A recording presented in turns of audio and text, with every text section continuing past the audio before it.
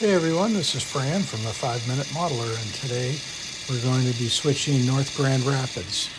We have in the lead a GP9 4913, which is an Atlas unit with an ESU sound decoder, and my friend Benjamin also added in a strobe light that you'll see on that locomotive. North Grand Rapids doesn't get a lot of traffic. It generally will get a few cars each day or so, mostly from the Grand Rapids Press, where it's getting loads of newsprint for the newspaper. Again, this is in the early 1970s, around 1972, when people actually read a newspaper. Today we have 2 boxcars going to the Grand Rapids Press, and then we also have a small boxcar and a covered hopper that will be going to the team track there in North Grand Rapids.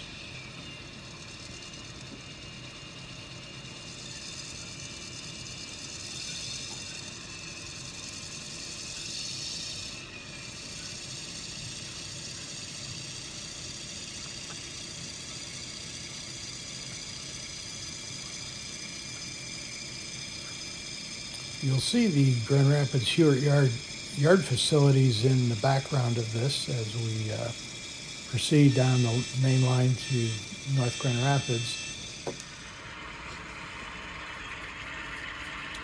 The covered hopper there, Grand Trunk livery, is a sand car, and it's there loading sand for the sand towers there for the diesels. The first thing we need to do in the team track, which is a little further down the track, is we've got to pull a box car that we're going to take back to Hewitt Yard. And so we'll do that first, and we'll connect that box car, pull it out, and then we'll set it on the main while we do our other switching chores.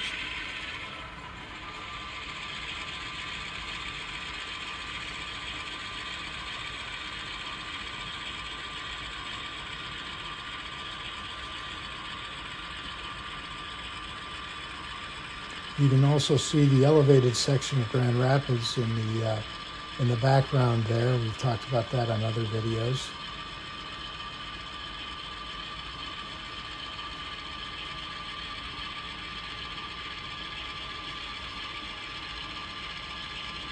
Because we're still within the yard limits, there's no need for a caboose. Normally all our mainline trains will require a caboose, but we are within the yard limits.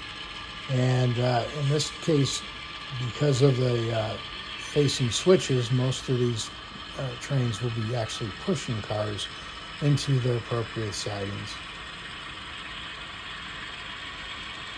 So we're setting out the Grand Trunk, the blue box car there, and that's going to sit on the main again while we do our switching.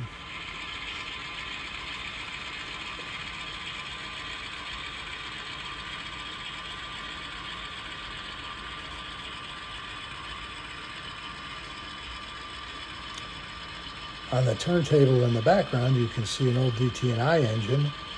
This may be the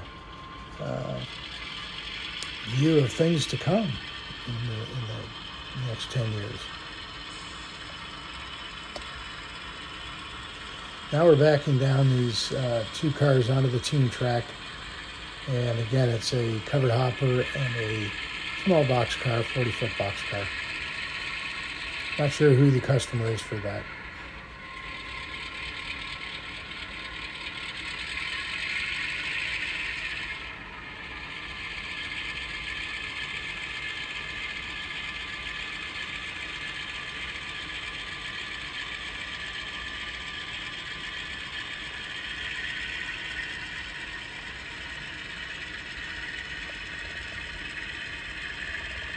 Once the train clears the main switch there, we'll be backing into the siding at the Grand Rapids Press to drop off these boxcars of newsprint so they can get the paper out.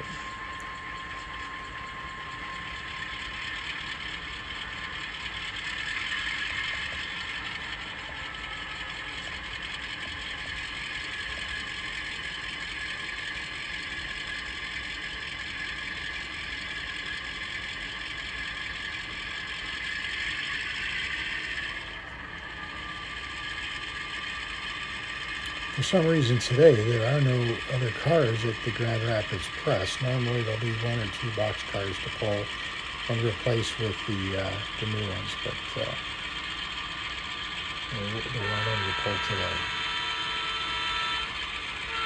I'm using GR&I to create my switch operations here.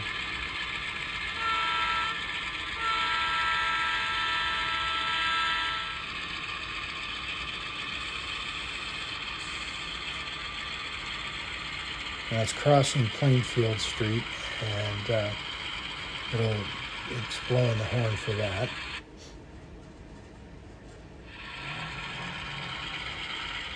So we've dropped off the cars, and now we will be heading to the main and backing up to pick up the blue Grand Trunk boxcar back there.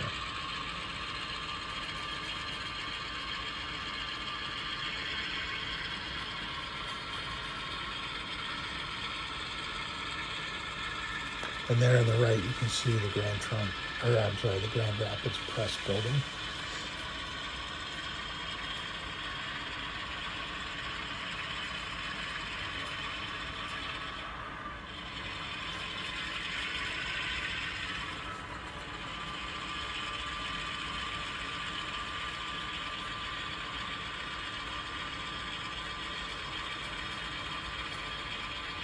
Once we pick up that boxcar, we'll be heading back to Hewitt Yard,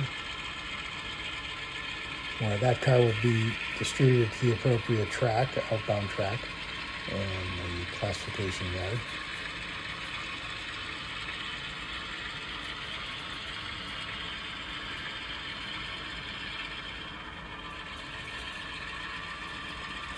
And we do run at scale speeds here, so you notice that it is a little slow.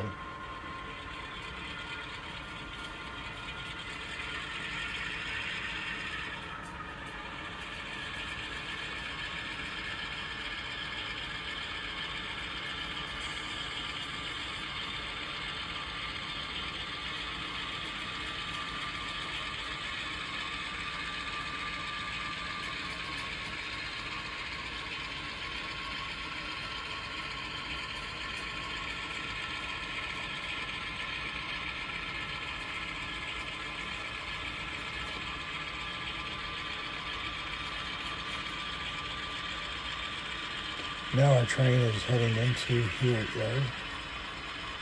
We'll be passing the caboose track here in a minute and heading south towards the end of the yard, and it'll perform its own switching duties of locating that boxcar on the appropriate track.